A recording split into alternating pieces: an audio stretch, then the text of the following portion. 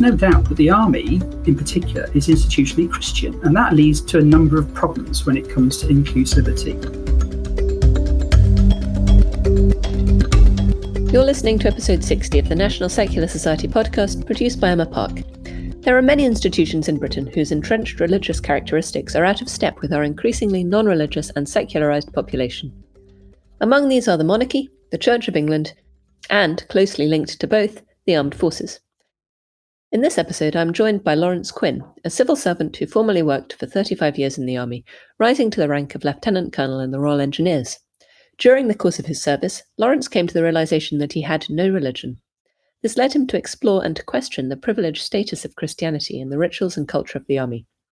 He will be speaking to me about the chief ways in which Christianity is ingrained in army practices, and how this can make non-Christian, and especially non-religious, servicemen and women feel excluded.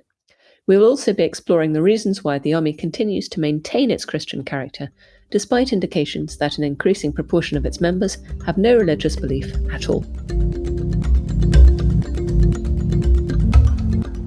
Lawrence Quinn, welcome to the podcast. Well, thank you very much for having me. Let's start with a brief outline of your career in the army, from when you started to when you finished. Okay, I joined the army in January of 1983. I was commissioned into the Royal Engineers, and I retired in January of 2018 as a Lieutenant Colonel. In my 35 years, I've served in operations in Northern Ireland, the Balkans, Iraq and Afghanistan, but in my other duties travelled all around the world. For the first few years, I was a combat engineer, then did bomb disposal, and after about 10 years, I became a chartered civil engineer and was an infrastructure specialist for most of my time in the army, building camps, airfields, that sort of thing. And I've got a master's degree in weapons effects on structures. How was it that you became interested in the question of religion in the army? Like many people, I wasn't really interested in sort of religion or religious issues. I was raised a Catholic, but by the time I got sort of like late teens, early 20s, I just didn't believe it. Didn't stick. The Earth was 4.5 billion years old, not 6,000 years old. And just all those animals in the ark. I just didn't believe it. I never really sort of scrutinised my beliefs. I think now in hindsight, I was probably a fuzzy believer. Maybe I did, maybe I didn't. Sometimes I did, sometimes I didn't. It was just kind of not much of an issue for me, really. But that kind of changed for me in 2006 on a tour in Iraq. It was really quite a difficult tour, tremendous pressure on me, and it was really quite stressful. And I found that I prayed, which was really odd because I was praying to a God that I didn't really think existed, and it was just an odd feeling, and it didn't really help. At the end of my time in Iraq, I thought, right, that's it. I'm going to look into this. Why did I pray? What's the argument for the existence of God? I'll sort this out once and for all. I'll look at this part of my life and get a grip of it. And so, I started reading up on things and doing research. It led me into how we form beliefs, critical thinking, the evidence and the argument for God, philosophy, morality, gender equality. I'm a middle-aged engineer. It's just kind of not the place that you'd normally be. It was really quite an eye-opener and it's a fascinating subject. I became more and more interested in the subject.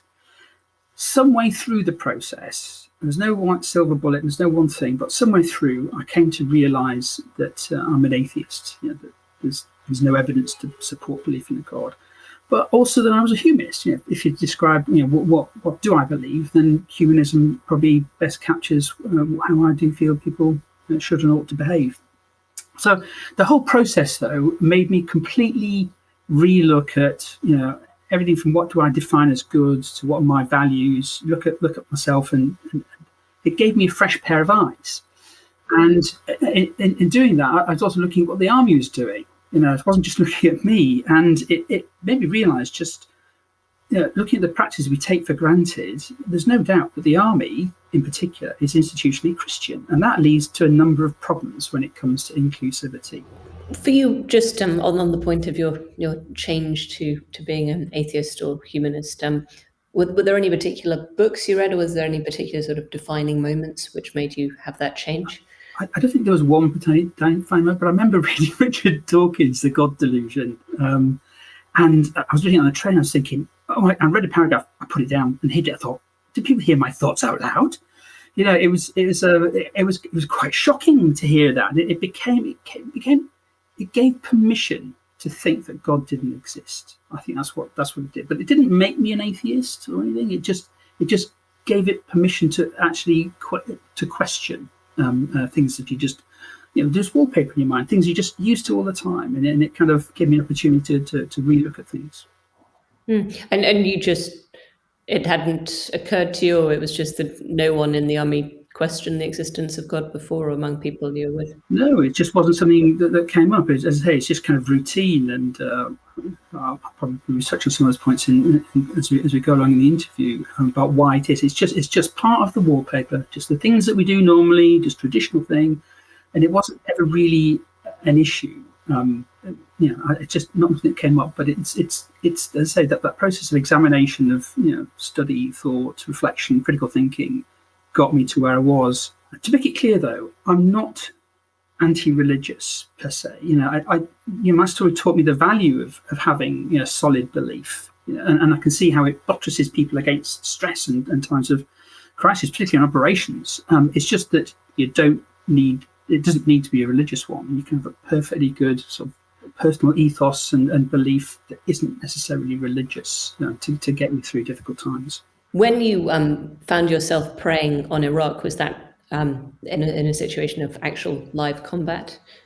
No, remember I'm an engineer, so I was writing live business cases for airfields and camps to be built.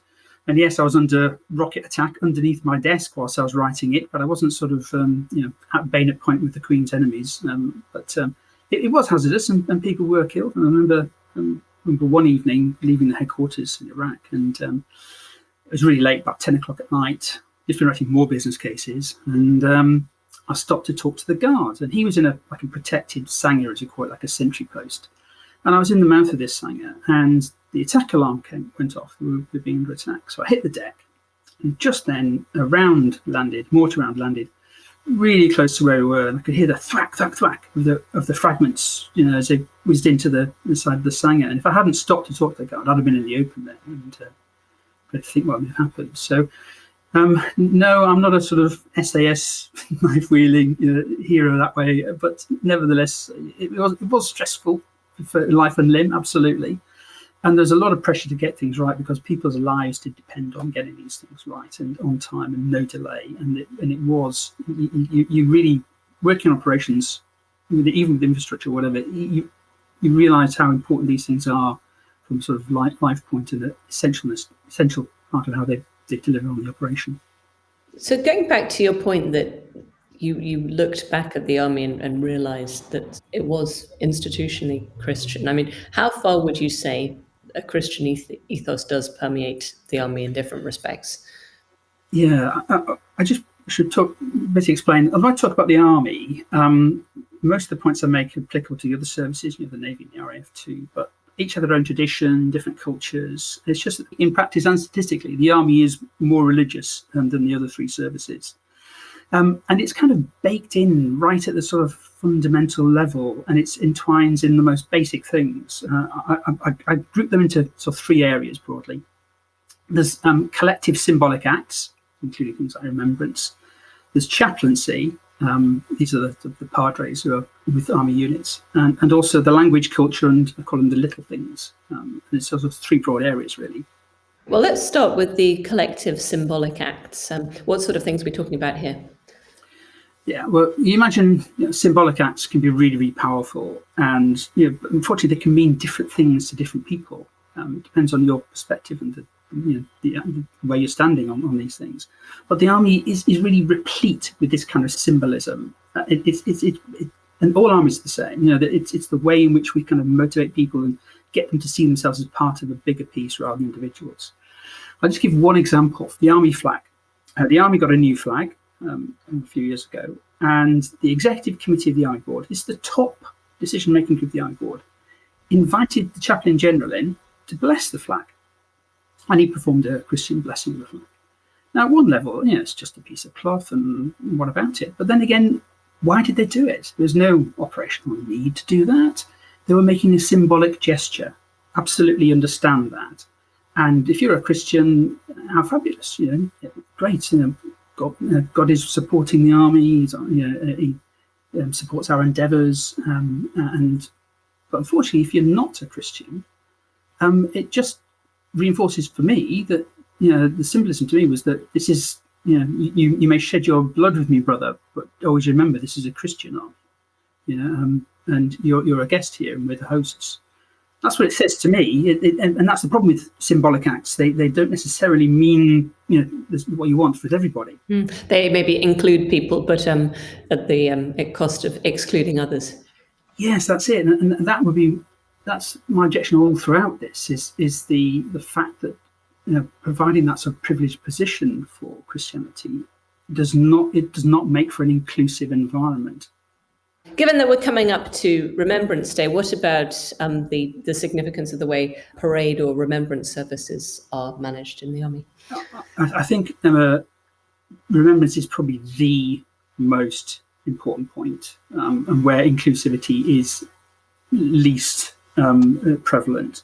Remembrance is particularly important for military personnel because remember, we've served with the people who may well have been killed. So there's a very, very good chance that the military personnel on a parade will know somebody who has actually died on operations. Gone are the days when the army was drawn from across society and we had a 2 million man army. It's a small army now, and it's largely those other professionals who will know of people who have actually died. So there's a deep personal impact for many, many soldiers. And they are opportunities, really, for us to remind ourselves of the sacrifices that we, as soldiers, may have to make in the discharge of our duty. We can reaffirm our pledge to remember our fallen and the fellowship we share with their memory, and it's really important.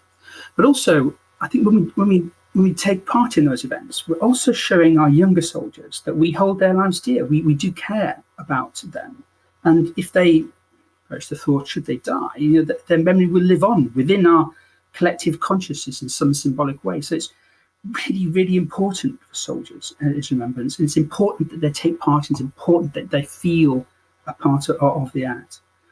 But unfortunately, they're conducted, largely as religious services. Attendance is not compulsory, but soldiers want to go and they expect to go. But they're conducted as religious military parades. And Queen's regulations for the army, which is like the army's law, allows for soldiers to be ordered to attend, but does quite state specifically you can't order them to take part. So many soldiers, myself included, would stand there on parade in respectful silence whilst the Christian ceremony was going around me, and I felt distinctly not included in my unit's activity, in my unit's remembrance of its fellow fallen comrades.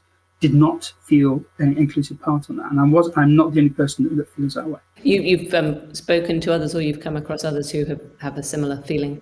Yes, that's right. I mean, once I came to realise this, and I started then a campaign of professional debate within the army. So I published articles in the British Army Review. I ran a blog site on the intranet in the military. I gave interviews on the FPS, gave presentations. I did a lot of lobbying of senior officers to try and convince people of that. And in the process of doing so, there was no sort of survey of what people thought, but I got a general sense that there was quite a lot of people who would prefer a change. Maybe it weren't as many that might be as vocal as me. I completely appreciate that. And some more vocal than me, I have to say. But on the whole, a large number of people would say, probably the majority would welcome something that remained inclusive but at the same time respected the importance and the solemnity of the event. Sure, absolutely, because it's as you say, it's an event in which you're all, it's about morale, it's about you as a group, it's about respecting people who may die. But it's strange that if that's the case, that it should be conducted from the perspective solely of one religious group. Absolutely. There are things known as regimental collects, which are effectively like sort of very short prayers, and they say, we the Royal Engineers, and effectively we promise to do good things, to behave honourably, and be good soldiers for the glorification of God. Well, just all but that last little bit, is something you can join in with. And soldiers on parade want to take part in a collective act, and the collective act they're being offered is invariably a Christian collective act. So a lot of them just go along with it and say amen or whatever. The problem with that is we're teaching our soldiers to pay lip service to these things. It's okay to say yes to solemn oaths and not really mean it, and that's just really a bad thing to do, particularly when we want them to say that they will follow our values and standards. And yet we say, well, don't worry, if you don't really mean it, you can say yes, but it doesn't really matter. So it's an opportunity to say solemn things, to mean things, but we are missing that opportunity by allowing people to get in there and recognising that lip service will be paid. Yes, there's a basic insincerity sort of almost required at a very solemn event. Yeah, either the words are important and mean something, or they don't. And if they don't matter, then why object to changing them? But I think the fact is that they should and do matter very, very much. Taking your second head, this is chaplaincy. So why are army chaplains important? Chaplains aren't like welfare officers. They're not looking after whether your family's at home is being looked after, and whether you're managing debt and all sorts of things. They look at something completely different. They focus on things like pastoral, moral, and spiritual elements. It's really quite important. Referred to as the moral component of fighting power in military speak, and they do, in times of real pressure, they provide a focal point for people to look at something more important, and look beyond the sort of horrendousness of the current situation, and they are a focal point around which things like remembrance is conducted. When I was in Afghanistan, when a soldier died and was flown back, we'd have something called a ramp ceremony, invariably a Christian ceremony. Interestingly, the US military didn't. They had secular ceremonies. So I wrote an alternative secular one and gave it to our chaplain, because obviously it's the chaplain that leads that activity. The commander will say, we'll remember our fallen comrade, and then hand over to the chaplain. The chaplain will conduct most of it. So they're there at an important point when they're expressing the unit sentiment. And of course, they're trained and see it always through Christian eyes. And so we want to go to ramp ceremonies, we want to remember our fallen comrades, but we would prefer to do it in a religiously neutral way, in a secular way. And did the chaplain adopt your proposed secular wording? He was a really nice chap, and he said fully appreciate what I was trying to do, and he said it worked as from a sort of a ceremony point of view. But he said, well, just phrase it something like, but you'd understand if I don't take it, and I stick to the traditional way of doing it. So I can understand, and I think tradition is probably the real sticking point within the military. I think it's also important to point out that only Christians from a select group of sending churches can be chaplains in regular army units, things like the Church of England, Roman Catholic. It's policy. So I'm not sure. I think it's in Army General Administrative Instructions, perhaps. I'm not quite sure where the rules lie, but only people from those sending churches can be a chaplain, and they're only Christian. So you can't be a rabbi, you can't be an imam, you cannot be a humanist. Only Christians can be chaplains in regular army units. Why? Why? There's absolutely no good military operational reason why that should be the case. And which types of Christians may? I mean, presumably Church of England. What else? Yeah, they are Church of England, the Roman Catholic Church, Methodist, Church of Scotland, Presbyterian, the Baptist Union, the United Reformed, Congregational, Free Church of Scotland, the Elim Pentecostal, and the Assemblies of God. I'm not sure why those Christian churches are chosen, not others, but they're the ones known as ascending churches, yeah. How would it change your sort of experience of being in the army to have a chaplain figure who was not a specifically Christian chaplain? Because I think naturally, personally, I advocate for secular chaplains rather than necessarily humanists, and I'll probably explain that a bit later on. But I think whether they're religious or not, actually should be not the issue. The point is that when they're engaging with soldiers, they are religiously neutral. So someone who doesn't bring in religion and doesn't bring in things that divide us, and doesn't automatically think of these things in religious terms, but in terms that can connect to everybody, and not just necessarily express it in terms of a religious context. Now, many good chaplains, is they say they leave God out of it. Well, I completely agree. Fantastic. Why necessarily then be only Christians that can do it? Yeah, and it's important then to have people that can reflect that and be inclusive. Would it be fair to say there's a sort of attitude that in order to be properly moral, you have to be a Christian? A peer of mine, the lieutenant colonel, told me that it's important that he had Christian soldiers in his unit, because otherwise his non-Christian soldiers would have nowhere from which to draw their morals. And he actually meant it. He wasn't even being sarcastic. I was stunned.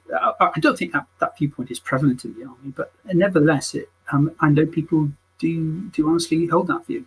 It seems quite outdated, but I think it seems that that's not just within the army, but you often seem to come across this view in wider society that religion, such as Christianity or another religion, provides a moral foundation which non-religious people just can't have access to. Absolutely, and that's why part of my research, I research where do morals come from? How might one form a moral view? If you don't have an absolute authority like a God in which to base it, and that's why I describe myself as humanist. Though interestingly, one of the things in my sort of professional debate was I'd advocate something called O-negative humanism. You know how O-negative is the blood group that everybody can have. It's a universal donor. Everyone can receive that blood group. Well, the problem with humanism, particularly as defined by the British Humanist Association, is that you've got to reject the supernatural. So if we can just park that for one moment, all the other stuff I think is absolutely acceptable by everybody. The basing ethical decisions on reason, empathy, and concern for humans, moral welfare in this life being the basis of moral action, and advocating that we can give ourselves meaning in this life and help others do the same. All those, I think, are completely acceptable, regardless of what we do. If we can just park the question about whether the supernatural exists, I think that'd be the basis for everyone to go ahead. And I wrote a charter for secular chaplains based on that. So I advocate it because I feel that the best way forward is to have chaplains, absolutely, and call them chaplains, but they aren't necessarily religious people in those roles. The key thing is they're motivated to help soldiers and military personnel on operations at times of distress and lead that part of the military life. So to provide a sort of moral support, but without necessarily an invisible means of support. Yeah, that's right. So we just leave it to individuals as to whether they believe God's there or not, and just pick on the bits that we share, the common parts. So that's why secularism is important. In fact, it was actually in researching I realised I thought I need this kind of religiously neutral thing, and then realised that's what secularism's about. Yeah. Absolutely. Well, moving on to your third point, the language and culture and the little things. What sort of aspects of Christian influence do you see in the army there? You've only just got to go along and look at things like people's cap badges, and you'll see Christian crosses embedded in it. You'll see unit formation badges. So if you're, I don't know, in some a brigade somewhere, you'll be probably wearing a Crusader cross. So it's embedded all the way through, the little language everywhere. And to give a little example, ID discs is a good example. You wear them around your body. You have two. One stays with your body and one's recovered, and should you die. And on the ID discs, you're required to put your name, your army number, blood group, and your religion. There's no need in the Geneva Convention to give your religious affiliation. And in fact, it's protected by GDPR. And yet we hand this information over to any possible captor. It's stunning. And they insist on having religion on ID discs. And I know one Jewish soldier who didn't dare put Jew on his ID disc and had it made C of E. And I used to keep my RC, Roman Catholic ID discs. It's just, why single out soldiers for possibly worse treatment by making them declare their religion? Now I understand. I complained about this, and I understand the army will consider making it not compulsory. But the problem with that is, imagine say your patrol's taken and you've got C of E, blank, that does make you stand out. So I really don't see any reason, good operational reason why you don't need, why you need to put religion on your ID discs. If a soldier is injured or wounded in operations, we have a fantastically slick system that fires a message back all the way back to the UK, and we can instantly know everything about the soldier, including what particular religion they are. And so long gone are the days when we would mass bury our casualties in some foreign field. They come back and to the UK, and I think there's no need, no justification to retain religion on the ID discs. But it's baked in there.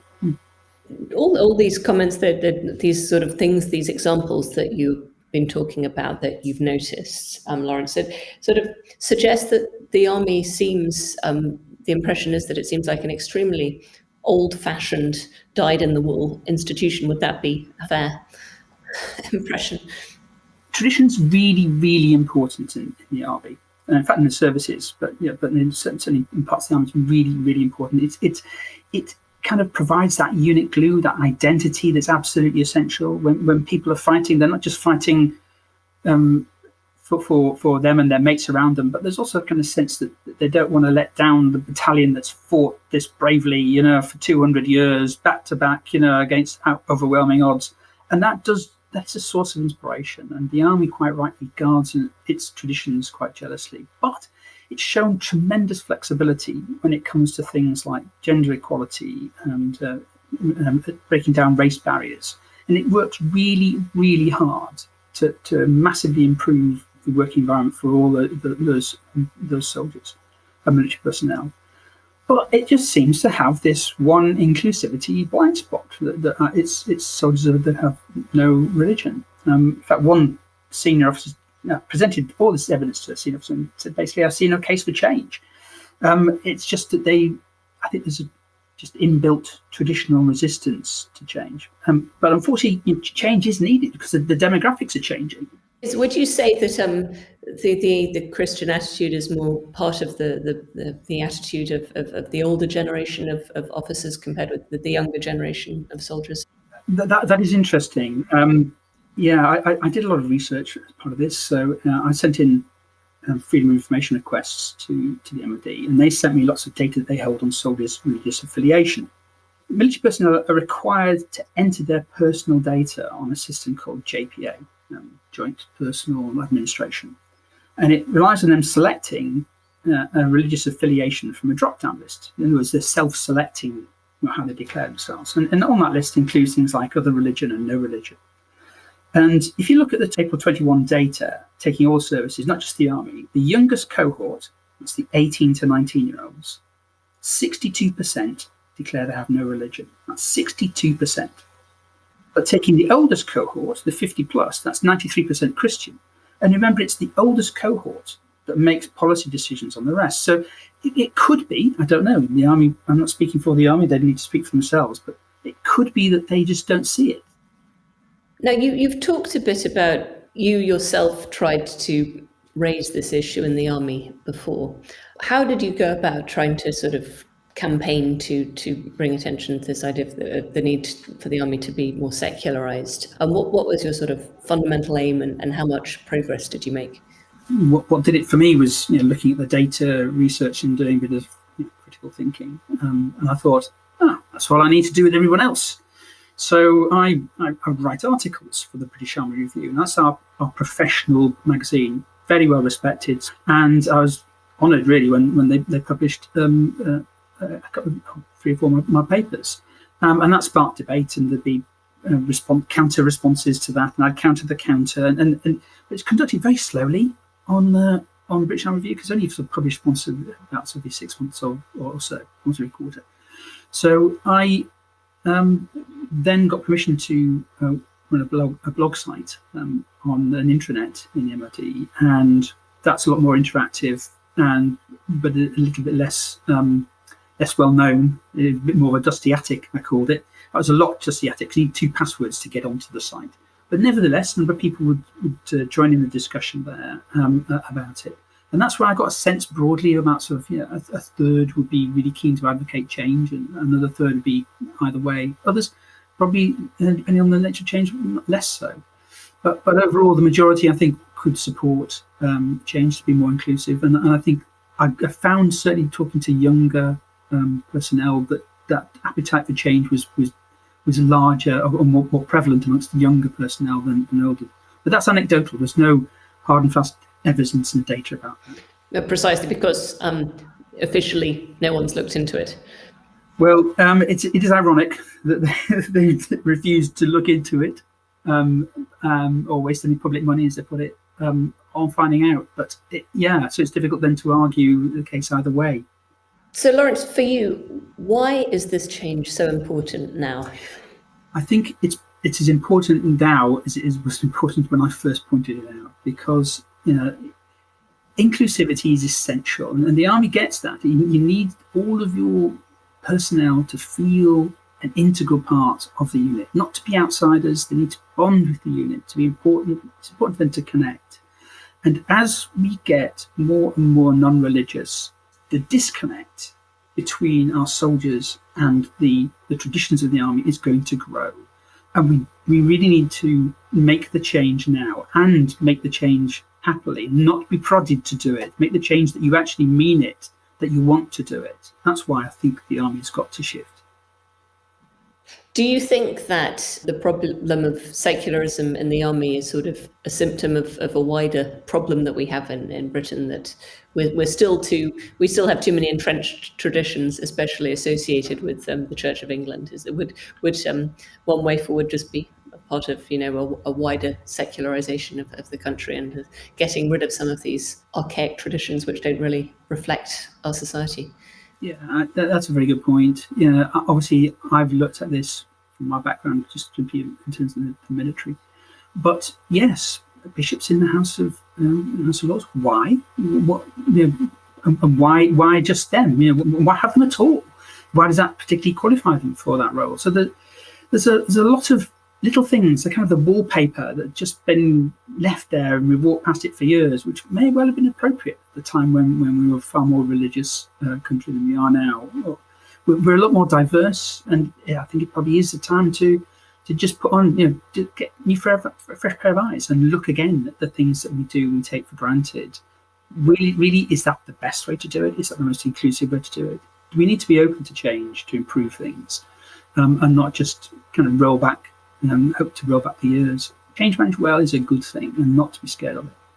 And just one final question. The old adage, there are no atheists in a foxhole, does that have any force at all, that saying? Yes, well, so some people have said that to me. I was quite surprised. I can understand when a senior person said that to me, what the point was trying to make. It was that under stress, people turn to religion. And do you know what? I prayed, so I can completely understand why he said it. But at the same time, it's kind of like, it's a little bit tone deaf to understand what that implies. And the atheists have the moral fibre to hold true to their beliefs when in operations. And yet he couldn't quite see it that way, couldn't quite see that interpretation. So, I think it's kind of the language, the culture, say the little things that need to change. Lawrence Quinn, thank you very much. You're welcome. Thank you much for having me.